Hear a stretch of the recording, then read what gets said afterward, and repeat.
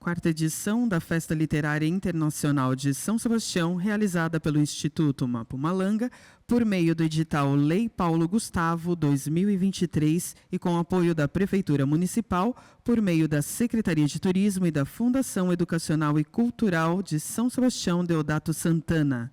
A parceria da Prefeitura com o Instituto Mapumalanga, gestor do Ponto de Cultura Casa Brasileira, para que a FLIS pudesse acontecer em espaços do município, deve-se ao incêndio na sede da Casa Brasileira no final de 2024. Gostaríamos de agradecer a presença. Agradecer também aos intérpretes de Libras, Daiane e Márcio, que estarão nos acompanhando durante essa noite. Aurita Tabajara nasceu em Ipueiras, interior do Ceará. Escritora, cordelista e contadora de histórias indígenas. Tem um repertório de histórias que explicam o sagrado da vida. Tem 6 livros publicados, alguns folhetos e vários textos em antologias no Brasil e fora do país, alguns traduzidos para o inglês e alemão. Seu livro Carro-Chefe, publicado em 2018, Coração na Aldeia, Pés no Mundo, é recomendado pela Fundação Nacional do Livro Infanto-Juvenil e está na Biblioteca de Washington para pesquisas e estudos. E é selo Flip 2023. É membro da Academia Internacional de Literatura e recebeu o Prêmio Jabuti 2024. Estamos recebendo aqui a Aurita Tabajara e a mediadora Alexandra Pericão, para uma conversa. Alexandra, que é narradora, escritora e contadora de histórias. Coração sagrado, cajueiro, trajetória de luta, ancestralidade acolhedora. Uma salva de palmas.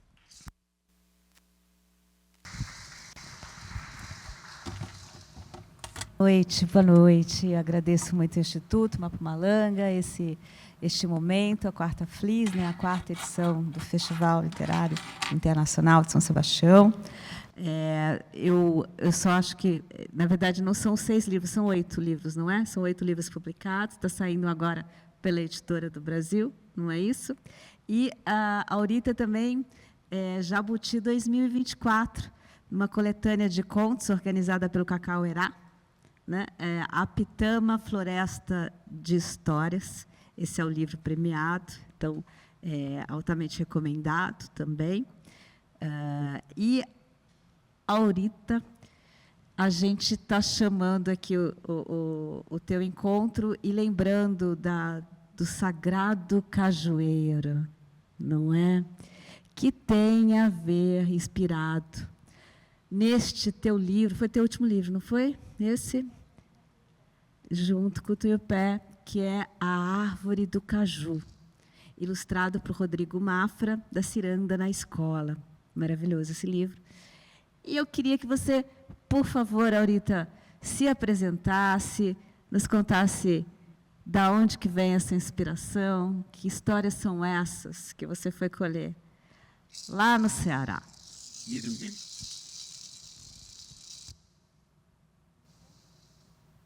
Oi, licença, meus ancestrais, para nesse palco pisar. Traz ervas verdes da mata para esse povo curar. Dai a nós sabedoria, seja nossa maestria no toque do maracá. Na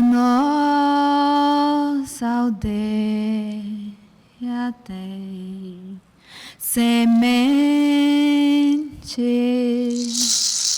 para plantar. Temos arcos, temos flecha e um pajé para nos curar. Meu pai Tupã, meu pai Tupã, meu pai Tupã, quem nos permite aqui estar. Meu Pai do pão, meu Pai do pão, meu Pai do pão, que nos permite aqui estar. E hoje andei com Kiraya Gonari Penapura, Rayo Manki.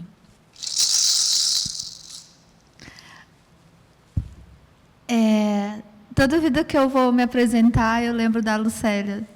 Sou Aurita Tabajara, nem era Aurita, como que era, Lucélia? É? Aí eu troquei, coloquei. O meu nome, sou Aurita Tabajara, nascida longe da praia, fascinada pela rima e melodia da jandaia. No Ceará foi a festa e meu leito foi a floresta nas folhas de samambaia. Minha essência ancestral me encontra cordelizando. Em amparo faz-me existir e ao mundo eu vou contando que a minha forma de amar ninguém vai colonizar. De arte vou me armando. Filha da mãe natureza, mulher guerreira eu sou. Com a força feminina, 5 séculos atravessou, cada vez mais sábia e forte. O meu medo é a morte que o preconceito gerou. Hoje, esta mulher levanta com letra e voz autoral contra toda a violência por um amor ancestral de um corpo ensanguentado, usado sem ser amado, mas com espírito imortal. Minha avó é referência desde o tempo de menina até me tornar mulher. As histórias que ela ensina me incentiva a falar que a mulher tem seu lugar, raiz que nunca termina. Eu não sou como Iracema, a de José de Alencar. Eu sou do povo Tabajara, onde canta o sabiá. Minha aldeia tem imburana e minha terra é soberana pelo toque do maracá. Como eu não funciono sentada, eu vou pedir licença para me poder levantar. Eu sou ligada no 220, então não funciono sentada. É difícil para mim ficar sentada. E aí, então, uma boa noite, bem caloroso, para cada um de vocês que hoje, aqui nesse espaço. E eu gostaria de convidar vocês para a gente fazer uma viagem lá para a minha aldeia. Mas primeiro eu preciso saber se vocês topam. Sim ou não? Boa. Só que é o seguinte... Daqui para a minha aldeia, lá no topo da Serra da Ibiapaba, no estado do Ceará, a gente vai de carroça, porque eu tenho medo de avião. Tudo bem para vocês? Sim. Alguém aqui já andou de carroça? Já andou de carroça? É bom, não é? Tadinho dos cavalos, né? Mas a gente vai de carroça, porque para subir a serra, lá não sobe carro nem moto. Então, é só o cavalo mesmo que tem força de subir com a gente. Essa viagem a gente precisa ir em dupla, novidade, dupla de 2. Porque na minha cultura a gente não faz nada sozinha. A gente não funciona sozinho. A gente é sempre na coletividade. Então eu preciso que vocês, por favor, se puderem, procure uma dupla para você seguir nessa viagem. Seja firme e forte, você não vai estar sozinho. Eu vou convidar aqui a Alexandra para ser meu pá nessa viagem. Então, vocês já procurem aí o pá de vocês. Pode levantar, porque a gente vai seguir viagem agora até a aldeia Serra dos Cocos, lá no estado do Ceará. Pode levantar, gente. Fica mais bonita, assim, de pé. Como que a gente entra numa carroça? Vocês que já andaram de carroça. Como que a gente entra na carroça? Estou de short, tá, gente? Então, cola aí no seu amigo, na sua dupla. Essa viagem, seja firme. Você não está sozinho. A sua carroça, ela já está estacionada aí na sua frente. Então, entra na carroça, senta na carroça. Detalhe, o que tem no caminho? O que tem no caminho? É pedra? Pedra, o que mais? Hã? Buraco. Poeira.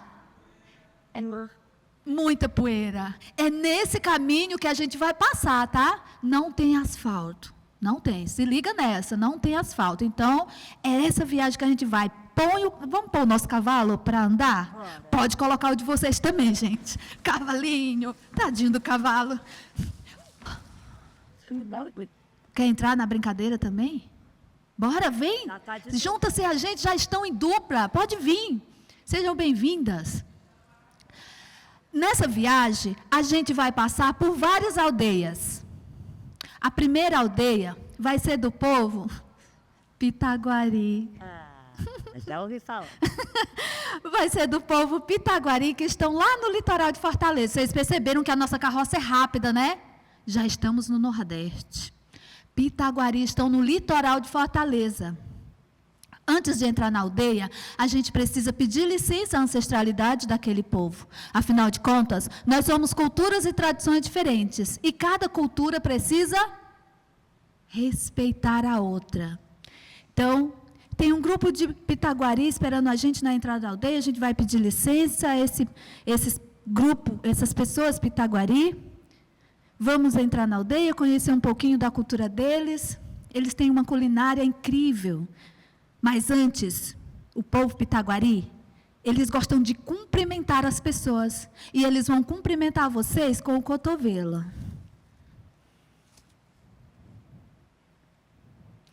Eles vão oferecer para a gente muito peixe assado na brasa com tapioca no leite de coco, feito ali mesmo na aldeia. Comeram? Vamos voltar para a nossa carroça?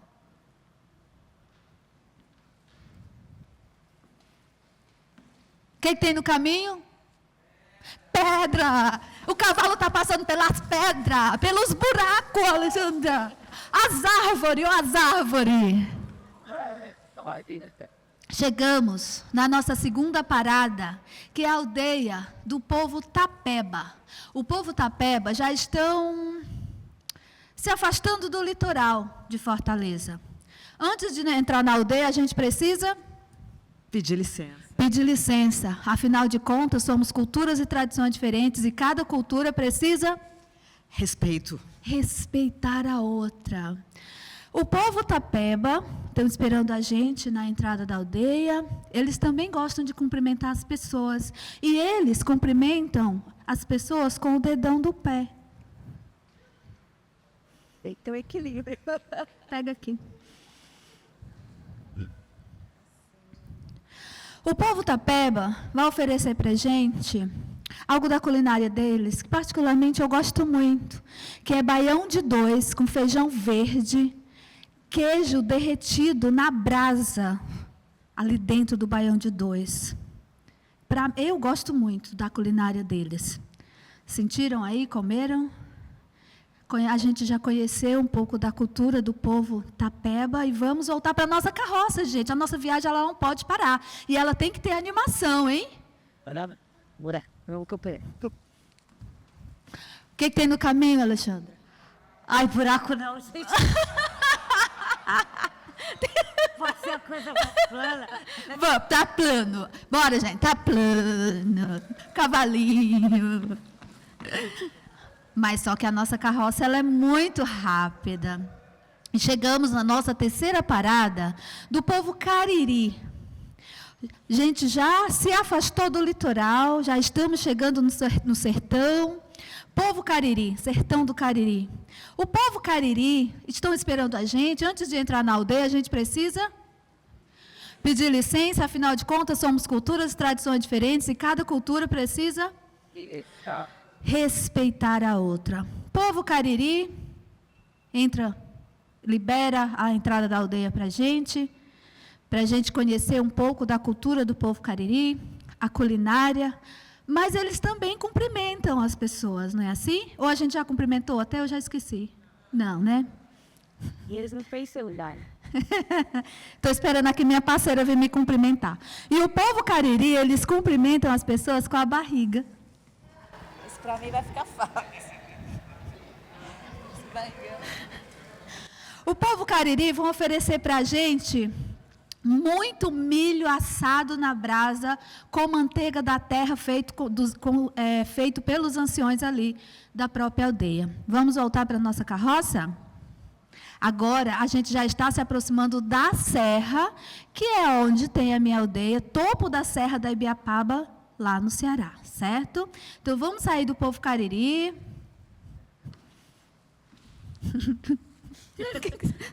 Não tem buraco, não. Tem sim, gente, tem buraco, tem pedra, tem areia, tem a onça pintada. Ufa, chegamos, ó, bem no pé da serra, que é o povo Calabaça, pezinho da Serra da Ibiapaba. Povo Calabaça estão esperando a gente, mas antes de entrar na aldeia, a gente precisa pedir licença, afinal de contas, nós somos culturas e tradições diferentes e cada cultura precisa respeitar a outra. Povo Calabaça, vão cumprimentar a gente, né? O povo vai cumprimentar antes da gente entrar na aldeia e eles cumprimentam com o bumbum. Só estou vendo aí o pessoal sem bumbum. Ai, meu Deus. Se o povo Calabaça cumprimenta as pessoas com bumbum, a gente já vai subir a serra. Imagina como será que o povo Tabajara vai cumprimentar vocês. O povo Calabaça vai oferecer para vocês macaxeira, que eu não sei como aqui conhece a macaxeira. É a mandioca mansa, né? Alguém falou para mim isso hoje. Macaxeira, mas a macaxeira do povo Calabaça, ela é cozida e depois ela é passada na manteiga para esquentar no fogo a lenha. Então tem um gosto diferente de quando ela é só cozida ou só frita, né? Comeram? Sentiram aí o gostinho? Eu já tá me dando fome. De tanto comer, tá com fome, né? É. Vamos agora subir a serra e vamos chegar onde? Quem lembra? No povo Tabajara, que é o meu povo, a minha aldeia. Vamos subir a serra? Muito lindo nessa serra. Subindo a serra! A serra é comprida, é 40 minutos. Ufa! Chegamos na aldeia Serra dos Cocos, onde hoje está localizado o meu povo, o povo Tabajara. Na entrada da minha aldeia tem um grupo de anciãos, ou é anciões? É anciãos? É ancião ou anciões? Anciãos? Aê, Marco. O grupo de anciãos estão esperando a gente na entrada da aldeia. Antes de entrar, a gente precisa pedir licença. Afinal de contas, somos culturas e tradições diferentes. Cada cultura precisa respeitar a outra. Só que na entrada da minha aldeia, a gente precisa pedir licença para a onça pintada. Porque nós somos filhos e filhas dela, da onça pintada. Esse grupo de anciãos, eles também vão cumprimentar vocês. O Calabaça é com bumbum. E o meu povo, como será que é, Alexandra? Eu estou com medo de perguntar, mas vamos lá. Como será? Esse grupo de anciãos estão na expectativa, né, para cumprimentar cada um de vocês que está chegando na minha aldeia. Só que eu estou junto, né? Então não fiquem com medo, não. É legal, porque o meu povo gosta de cumprimentar as pessoas com um delicioso abraço. Para dizer, sejam todos bem-vindos, sejam todas bem-vindas, sejam todos bem-vindes. A cultura do povo Tabajara, na aldeia Serra dos Cocos, lá no estado do Ceará. Esse grupo de anciãos vai levar vocês para uma grande roda, que é a grande roda do Toré, que é a nossa dança sagrada. E essa grande roda, ela vai acontecer embaixo do meu pé de sombra. O primeiro pé de caju que nasceu na nossa região. Lá, esses anciãos, eles vão preparar para vocês uma cuia de mocororó. Mocororó é a nossa bebida sagrada feita do caju. Esse mocororó, ele é para alimentar o teu espírito, para aquilo que você está precisando nesse momento. Então, sinta a sua cuia de mocororó. Respeite a quantidade que você receber nessa cuia. Toma essa cuia e veja o que você vai sentir. E nessa grande roda, lá na aldeia Serra dos Cocos, povo Tabajara, no estado do Ceará, a gente vai aquecer o nosso coração para poder dar continuidade a essa nossa roda de conversa. Tudo bem? Então, vocês vão sentar agora, calma. Está na roda ainda, está de pé. Coloca o seu pé na frente do outro. Eu ponho o pé direito porque é o que eu me sinto mais confortável. Se você tiver 2 pés direitos, dança do mesmo jeito, não tem problema. E esse pé direito, ele precisa estar conectado com a Mãe Terra, né? Então, com esse pé na frente, você faz o movimento das águas, que é para frente. E nesse movimento, você tira o pé do chão. E esse movimento do pé no chão precisa... Ixi, Maria, quase que eu caio.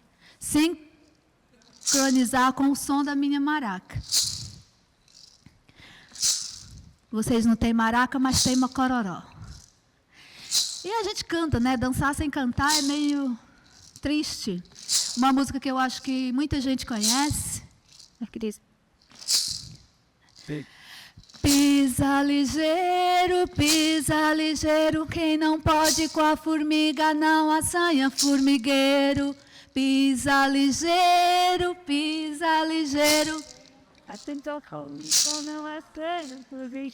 Quem não pode com a formiga.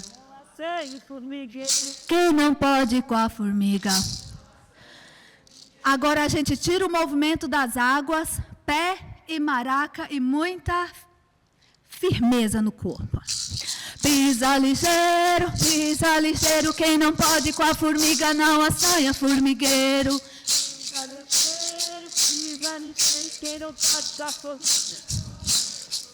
Quem não pode com a formiga. Quem não pode com a formiga. Agora só acelera. Pisa ligeiro, quem não pode com a formiga não assanha formigueiro. Pisa ligeiro, quem não pode com a formiga não assanha formigueiro. Quem não pode com a formiga. Quem não pode com a formiga. Acelera. Pisa ligeiro, quem não pode com a formiga não assanha formigueiro. Pisa ligeiro, quem não pode com a formiga não assanha formigueiro. Quem não pode com a formiga. Quem não pode com a formiga. Acelera. Pisa ligeiro, quem não pode com a formiga não assanha formigueiro. Pisa ligeiro, quem não pode com a formiga não assanha formigueiro. Quem não pode com a formiga. Quem não pode com a formiga. Acelera agora para encerrar. Pisa ligeiro, quem não pode com a formiga não assanha formigueiro. Pisa ligeiro, quem não pode com a formiga não assanha formigueiro. Quem não pode com a formiga.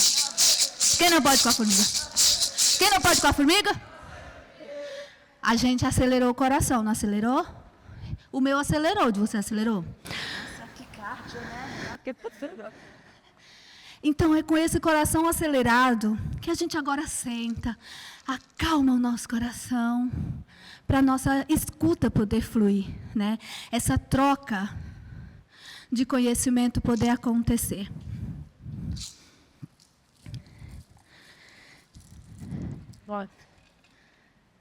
Acelerou mesmo, hein?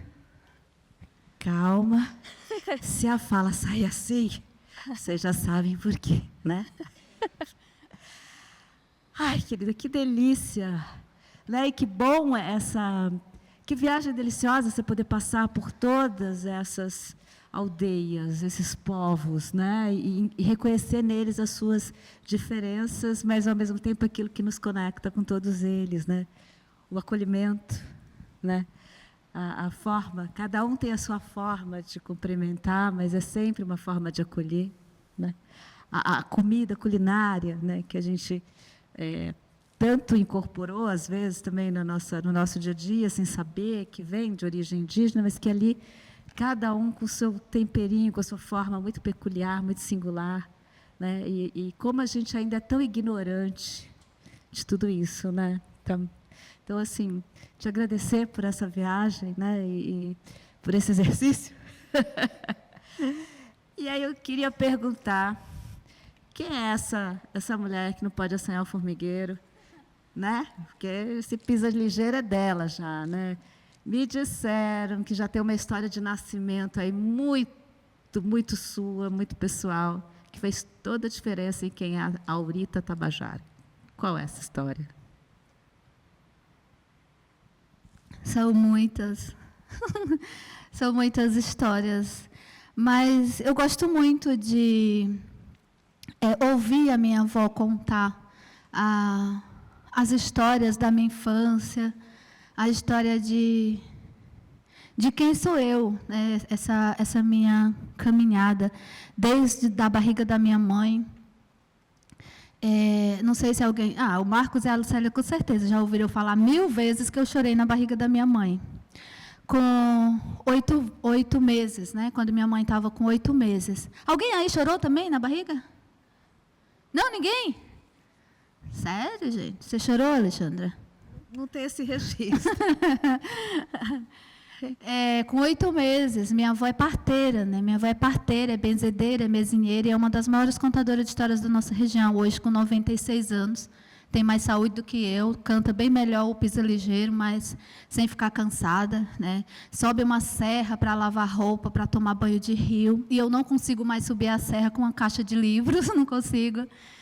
Então, desde muito pequena, eu sempre gostei muito de ouvir as histórias da minha avó. Eu fui criada por ela, por isso que eu falo muito nessa educação, nessa base que eu fui formando durante a minha vida com os ensinamentos da minha avó. E cada vez que ela conta que eu chorei na barriga da minha mãe, que eu precisei nascer dentro de um rio de água corrente, isso me abre assim outras linhas de visões, não sei. Algo acontece quando a minha avó conta novamente a mesma história.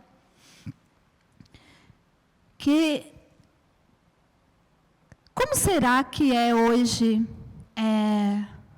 na sociedade não indígena, uma criança chorar na barriga da mãe? Será que... Eu fico pensando nisso, e eu gosto de perguntar, porque eu nunca encontro uma pessoa que chorou na barriga da mãe. Não, pelo menos, que tenha o registro, que saiba que a mãe... Será que as mães hoje, elas estão conectadas com o seu bebê a ponto de ouvir o seu bebê? Porque ele não vai chorar, pelo menos na minha cultura, é comum uma criança chorar na barriga da mãe, mas não é um choro que alguém lá do outro lado vai ouvir. É um choro que a mãe precisa estar conectada ao seu filho. Ela escuta. A minha avó diz que o meu choro foi fino e abafado. Foi um choro fino e abafado. E aí a gente tem toda uma tradição, quando a criança chora na barriga da mãe, de banho de ervas, de quarentena, né? Muito antes da pandemia a gente já fazia quarentena, os 40 dias da mãe e o bebê sem ninguém ver, sem ninguém pegar, com a muleira coberta, com o umbigo e a palma do pé, que para a gente são as 3 partes do nosso corpo muito sensível à entrada de espíritos, de deixar a imunidade baixa. Então, são cuidados que, durante a quarentena, a mãe tem com a criança. Só a parteira pode pegar na criança durante essa quarentena, porque ela é quem dá o banho de ervas. E a mãe também fica no banho de ervas durante essa quarentena e comendo pirão de galinha caipira. Passei por isso 4 vezes. E por que Aurita Tabajara? Aurita, né? Por que o Aurita? O Aurita eu recebi na hora do meu nascimento, que significa pedra de luz, né? Então, quem me chamou de Aurita pela primeira vez foi a minha avó. Ela me pegou e me chamou de Aurita pela primeira vez. E o Tabajara é o nome do povo, né? Então, eu levo o nome do povo também. É comum para os artistas indígenas. E quem chora na barriga já sai fazendo poesia? Eu nasci igual o Quiricu. Mas já nasceu fazendo poesia também? Como é que é essa história?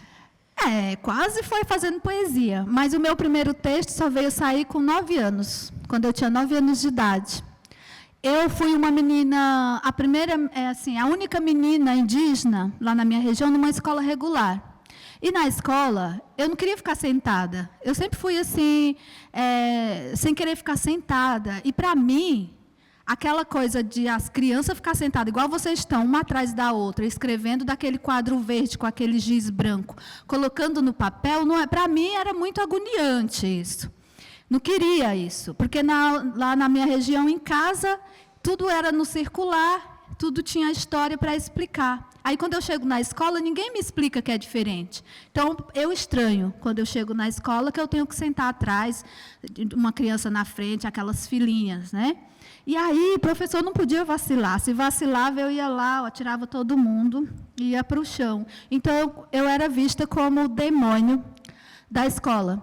Então, era muito raro uma semana que eu não ficasse de castigo. Tem algum diretor de escola aqui? Se tiver, não vai falar. Ainda hoje eu tenho trauma de diretor de escola.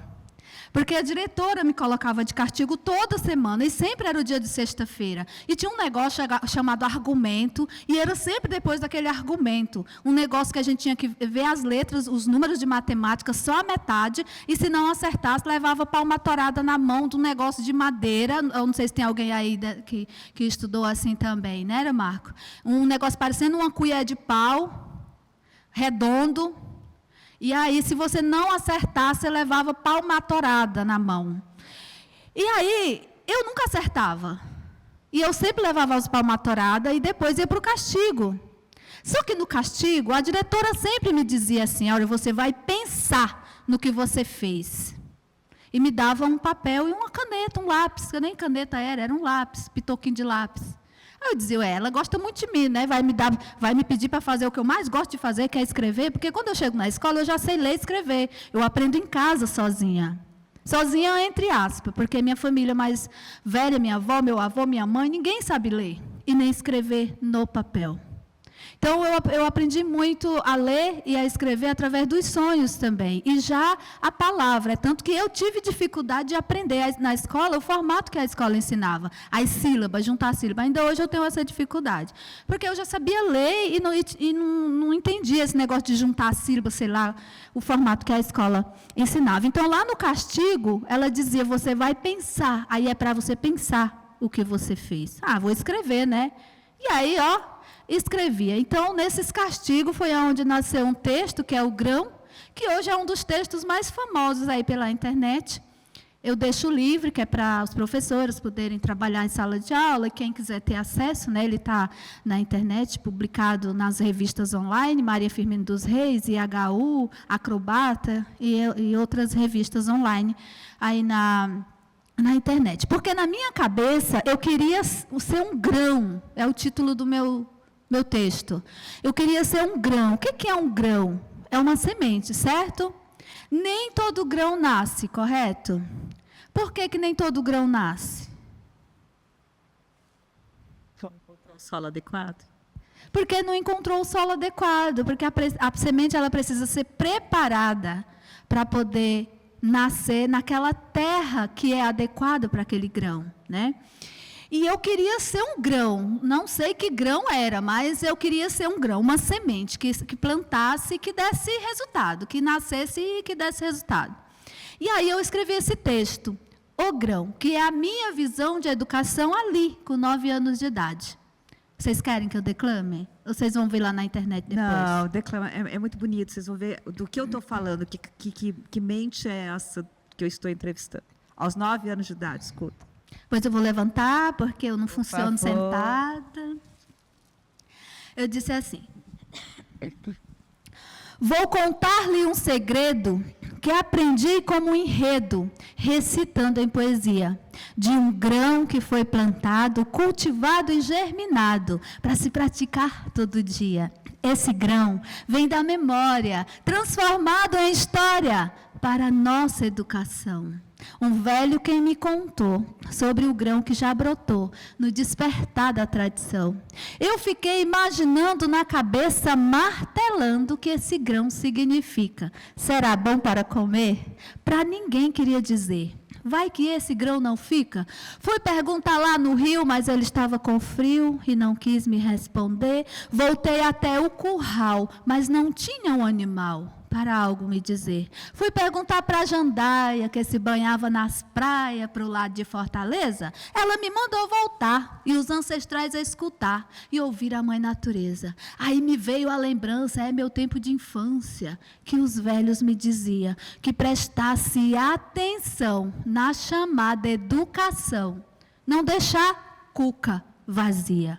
Na aldeia, a gente dança e aprende desde criança o maracá balançar. Entende o que é respeito, porque sabe o efeito na hora de educar. Eu ouço histórias na aldeia e para que outros leiam, escrevo aqui no papel. E o grão que eu estou deixando é outra geração buscando, mesmo em forma de cordel. Lógico que esse texto não é um cordel, né? Ele não está metrificado, né, Marcos? A cara do Marcos. Todo mundo percebeu isso? Gente, eu acho que merece uma salva de palmas também, né? Eu acho que ela é... Ele é um texto bem mais longo. Esse é só a metade. Deixar a curiosidade de vocês para poderem querer conhecer o texto completo na internet, né? Mas ele é bem mais longo. Se eu for declamar ele todo, a gente vai acabar o tempo todinho só no grão. Então, e eu acho que hoje esse grão já deu frutos, né? Porque eu só tinha 9 anos de idade. E hoje eu já tenho várias sementes aí já. Germinaram. Que já germinou. E isso vem das histórias, quer dizer, uma criança com 9 anos poder escrever sobre isso, né? Eu imagino o universo que você já estava imersa ali de contos orais, das histórias que a sua avó contava, do seu povo contava, né? Isso não veio assim do vazio, né? Já tinham... eu tenho tios que são repentistas, que são violeiros, né? A minha avó é contadora de histórias também. Ela declama os cordéis que ouviu. Na verdade, naquele tempo, a gente não escutava o que era um cordel, né? Era o romance. Declamava os romances que ela ouvia e aprendia e declamava para a gente. E o meu avô era vaqueiro e ele cantava com o gado. Toadas, que eu chamo de toadas personalizadas, porque ele não aprendeu em livros. Ele não leu, ele não fez curso, ele não aprendeu na escola. Ele cantava toadas que ele inventava ali no momento com o gado, para chamar o gado do patrão para vir para o curral. E eu achava aquilo tão bonito, que era daquele jeito que eu queria falar com as pessoas. Era do jeito que o meu avô falava com o gado. Era cantando na poesia. Aí eu também, desde pequena, eu me arrisquei a escrever toadas, né? Que é uma coisa que eu nem... Às vezes, nas minhas falas, eu nem... A Lucélia gosta, hein, Lucélia? São as toadas. E uma toada aí que você já escreveu? Uma toada? Calma que eu vou pedir ajuda aqui para a tecnologia. Então, vai só para a gente. Então, quando você escreveu A Árvore do Caju, a gente tem uma anciã aqui, né, de protagonista, que vai buscar... Achei. É a sua avó, né? Sim. Como que chamava a sua avó? Como chama a sua avó? Minha avó, o nome de registro dela é Francisca e o nome indígena dela é Iacunã. Achei. Acho. Posso me arriscar a cantar? Ai, meu Deus, tem uma cantora na plateia. Posso ficar de pé? Posso, né? Sim. Ai. Quem é do Nordeste sabe o valor que a gente tem. Sou Aurita Tabajara e cordelista também.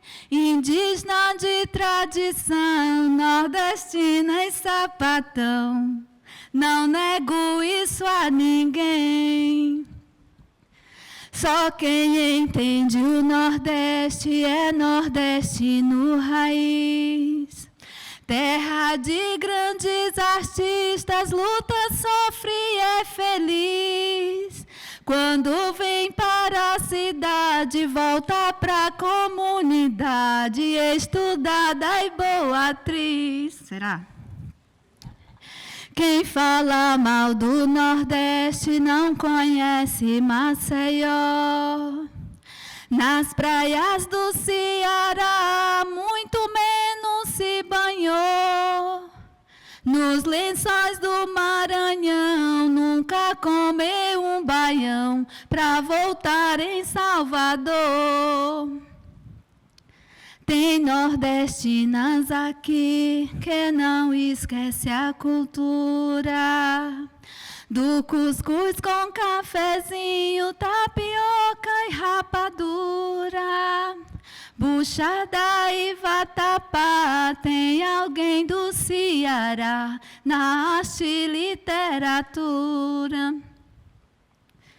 Tem coisas que no Brasil só se vê lá no Nordeste. Nosso cheiro no cangote espanta lá no Sudeste. Leiria do hipnote, anda de ruma e magote, no Sul se chama pedestre. A mulher lá do Nordeste é guerreira e aprumada. Faz gosto olhar pra ela, é perfeita e arretada. Bota quente no que faz, namora moça e rapaz, moderna e apaixonada. Conheça o nosso Nordeste, é um convite lançado. Dance na festa junina, capoeira e reizado. Na poesia popular, me despeço desde já. A vocês, muito obrigado. Essa é a sua Essa é composição. uma delas. É, Também é a sua composição. sim. Uau, é muita coisa, né? Muita produção. Eu digo que a Aurita é uma tecnologia extremamente avançada, né? Porque ela traz toda essa a sua tradição, né? Mas ela vai além, né? Ela é uma mulher do seu tempo. E sendo uma mulher do seu tempo, você peitou muita coisa, né? Quer dizer, você se coloca como uma mulher cordelista, indígena, que não é nada comum, não é? Quer dizer, é um movimento novo, você é pioneira nisso.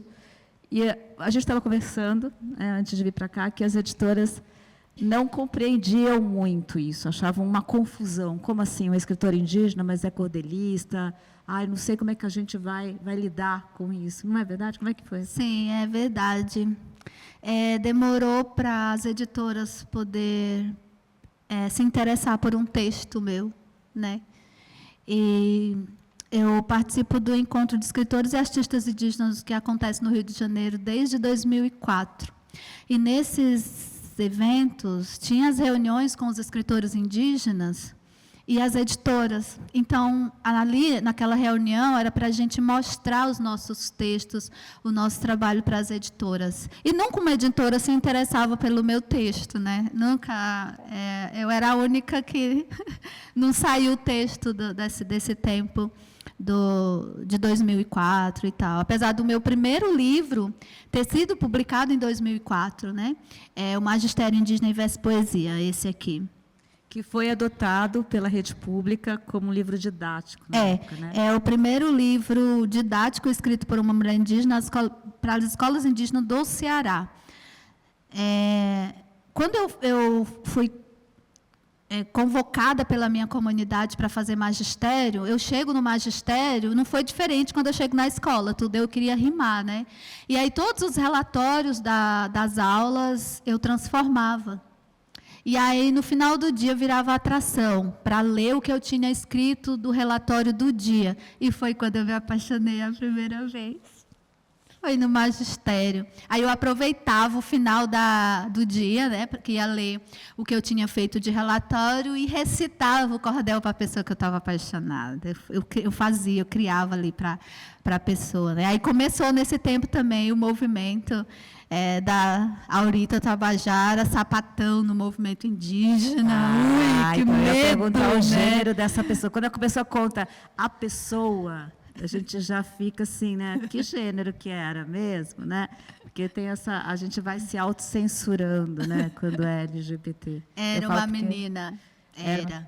Eu arrisco dizer que ela era pitaguari. Era pitaguari. É porque você já sabe, né? A história era Era uma pitaguaria. Eu tinha 19 anos, né? A idade que tem minha filha caçula hoje. E foi assim uma... Nossa, eu era a pessoa mais feliz e alegre ali daquele magistério, quando eu subia no palco para recitar para a dita cuja, né?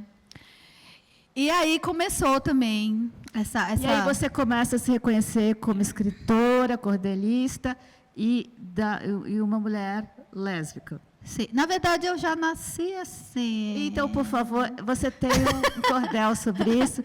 A gente vai ter um pouco mais. Ainda confesso que o nosso tempo está curtinho, porque você é uma showwoman, assim, uma coisa maravilhosa. Mas você pode falar para a gente o nosso. Primeiro, eu queria falar, antes que eu esqueça, da questão da história do caju, né, da árvore do caju. Esse cajueiro, ele existe ainda hoje, né, onde a minha avó benze as pessoas, conta a história, onde ela faz o mocororó, é onde acontecem as rodas de mocororó. Lembre que vocês estão nessa roda do pé de caju, né? Ela chama o meu pé de sombra, porque era assim que conta a história, que antes ninguém sabia que ele chamava caju, era o pé de sombra, até acontecer toda a história para ele ser chamado de pé de caju. Aí no livro, quem lê vai entender por que ele é chamado cajueiro, por que ele é chamado o pé de caju, né? Depois de ser chamado meu pé de sombra. E era ali embaixo daquele cajueiro que eu gostava muito de escrever, ainda hoje quando eu vou para lá. É lá que eu gosto de concentrar os meus pensamentos, assim, escrever, principalmente de madrugada. Eu adoro escrever de madrugada. E é na raiz, no tronco desse cajueiro, que para mim é como se ali fosse a minha fonte de inspiração para escrever embaixo, sentada no tronco dele, desse pé de cajueiro. E ele tem uma história também, para mim, muito profunda da minha escrita, porque foi lá também que eu comecei a escrever o meu livro, que hoje faz muito sucesso, que é O Coração na Aldeia e Pés no Mundo, né? Foi lá, eu também comecei a rascunhar esse livro na minha infância. Eu era criança quando eu comecei a rascunhar. E ele só foi lançado em 2018, pela editora do Daniel Munduruku. Então, essa história do cajueiro, para mim, é muito profunda. Por isso que eu queria muito publicar um livro que contasse a história do meu pé de sombra, né? E quando eu era criança, eu tinha muita preguiça de fazer as tarefas de casa. Ainda tenho. Mas na minha infância, eu tinha muita preguiça de fazer as coisas de casa, tipo as coisas que todo mundo tinha que fazer, né? E debulhar feijão, minha gente, que aí no português correto que vocês falam é o debulhar, né? Debulhar feijão. Eu tinha muita preguiça de debulhar feijão, porque aquele montante de feijão era muito grande.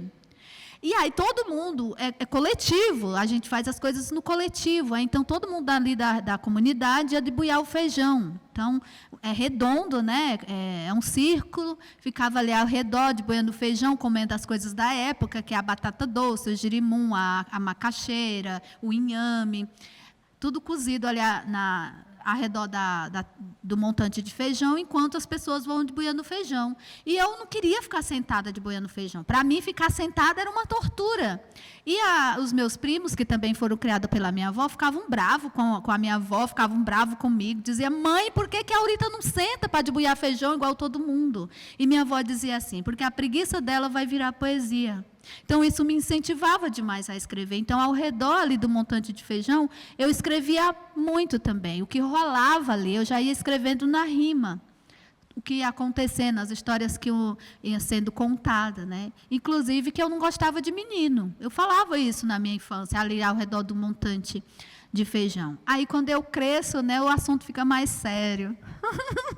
Para dizer que não gosto de menino. Não, eu gosto dos meninos. Ali o Marco Aurélio é o meu amor masculino. Eu gosto dos meninos, só não para namorar. E aí, agora, depois de grande, né, eu começo a enfrentar... É grande, eu não cresci, mas, né, depois de adulta, eu começo a enfrentar essas questões, por ser uma mulher indígena, nordestina e sapatão. Então, começa dentro do próprio movimento indígena. Mas, só para resumir, isso hoje já mudou, né, depois de 40 anos e tal, já mudou muita coisa. Saí da minha aldeia em 2009, então eu era vista ainda como a demônia incentivadora das mulheres a pecar, Aí hoje eu volto como referência, isso para mim não tem dinheiro no mundo que pague, né? Então, em São Paulo, eu passei por muitas experiências quanto a isso. Quando o evento me contratava, me chamava e via lá na minha rede social a bandeirinha, alguma coisa falando sobre o assunto, que perguntava, mas é verdade, tem índio sapatão? Índio sapatão eu não sei se tem não, mas Aurita Tabajara eu sei que é. Então, em 2019, antes da pandemia, eu fui convidada por uma universidade, posso falar? Ai, mas dá vontade de falar o nome, né? Fui convidada por uma universidade para fazer um bate-papo. E a pessoa que me ligou perguntou, mas é verdade que você é sapatão? Aí eu fiz um silêncio no telefone e depois respondi para ela, achou? Aí ela falou assim para mim, então, o bate-papo será sobre literatura, tudo bem? Eu disse, tudo bem. E aí eu fui para o bate-papo na universidade, mas naquele momento eu senti assim, um arrepio de umas formigas mordendo minhas canelas, do jeito que ela me falou, e resolvi escrever um texto para me apresentar na universidade. Era um palco, assim, que nem esse, era um teatro, né, lotado, os alunos de literatura da universidade, e lá vou eu me apresentar com um texto que eu vou né, talvez esse já seja para encerrar, não é assim? Né? Pedir ajuda para a tecnologia, porque, por mais que seja um texto que eu gosto muito, é um texto que eu não costumo decorar as coisas que eu escrevo. Eu decoro as coisas que os outros escrevem. As que eu escrevo. Pronto. E aí,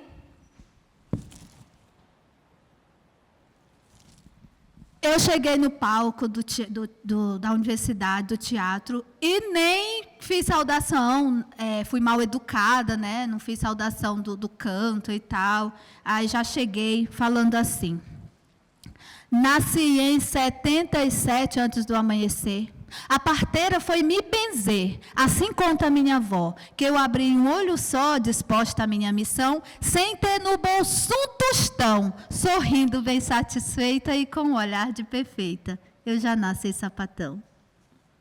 Quando fui para a escola, já me achava bonita, com um vestido de chita, desfilava bem faceira. Corria, fazia poeira para chamar a atenção das minas do coração, ganhar com facilidade na aldeia ou na cidade. Eu já nasci sapatão.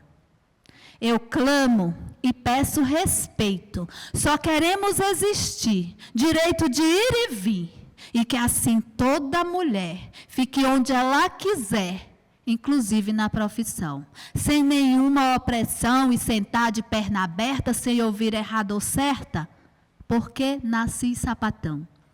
Eu sou indígena, sou guerreira, juntando-se à resistência, sabe aí com inteligência que luta por igualdade de toda a sociedade, para um dia ser inspiração, violência eu digo não. Pois é tempo de somar, e tu pode acreditar que eu já nasci sapatão.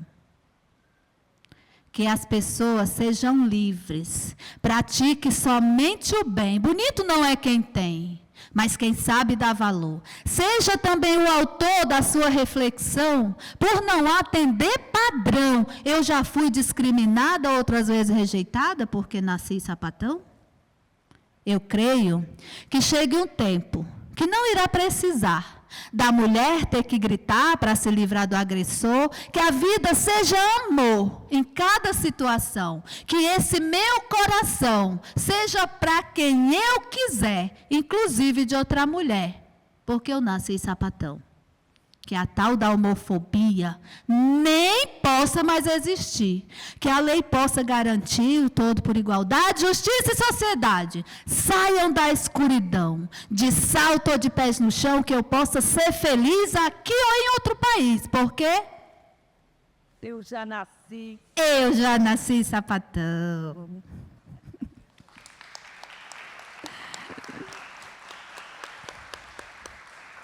Detalhe, a pessoa que me contratou estava sentada assim, ó, na primeira fila do teatro. Aí todas as vezes que eu dizia, eu já nasci sapatão, eu olhava para ela. Ela não me encarou, não, mas encarou o texto. Eu acho que é essa força que a literatura tem, né? É o que a gente é da onde a gente pode se valer nesse intuito, nessa luta por um planeta mais acolhedor, né? E que tenha e que essa oportunidade de bem viver seja igual para todos nós, né?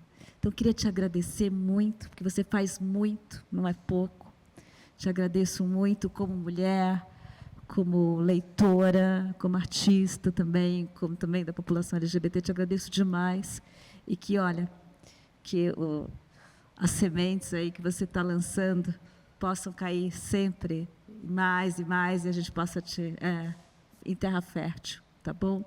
Agradecida, me fala, eu sei que você está lançando o último livro pela Editora do Brasil, está saindo agora do forno, tive o privilégio de ver, o livro está ficando lindo, lindo, lindo, não é isso? E você quer falar um pouquinho disso só para terminar, e quer falar mais alguma coisa? Como é que a gente acha nas redes sociais? Né? E você também está fazendo Sescs por aí, não é? Sim. Esse texto que vai sair pela Editora do Brasil é um dos meus textos, acho que o texto mais antigo que eu tenho, assim, faz tempo que eu comecei a escrever esse texto. E só agora chegou o momento dele, de ser publicado. Também contar a história do menino que chorou na barriga da mãe. E é um livro que parece que vai ficar muito bonito. Está com umas ilustrações bonitas. E acho que antes do final do ano, 2025, ele vai estar lançado. O que foi mais que você perguntou? Esqueci. Redes sociais. As minhas redes sociais é o Instagram ita.tabajara, para quem quiser saber mais sobre um pouquinho do meu trabalho, por onde eu vou passando, as contações de histórias nas escolas, né, no Sesc, e quem quiser me convidar também, eu quero voltar para São Sebastião. Então, tá bom. Obrigada para vocês, obrigada a vocês que estão aqui com a gente. Agradeço também a nossa querida aqui que fez a tradução em Libras, maravilhosa. Obrigada a todos vocês. Obrigada ao Instituto Mapumalanga por essa oportunidade. Vocês permanecem, porque tem um show lindo agora também, nessa 4ª edição da FLIS. E, por último, eu peço de novo uma salva de palmas para essa mulher incrível. Obrigada, gente. Que veio lá da Serra, que nos levou até a Serra hoje, né? Lá até lá. Vocês estão na minha aldeia, né? Sejam bem-vindos na minha aldeia mais uma vez. Fique o quanto tempo vocês precisarem, quiserem ficar. Voltem para São Sebastião e me tragam de volta. Obrigada, gente. Obrigada, Alexandra.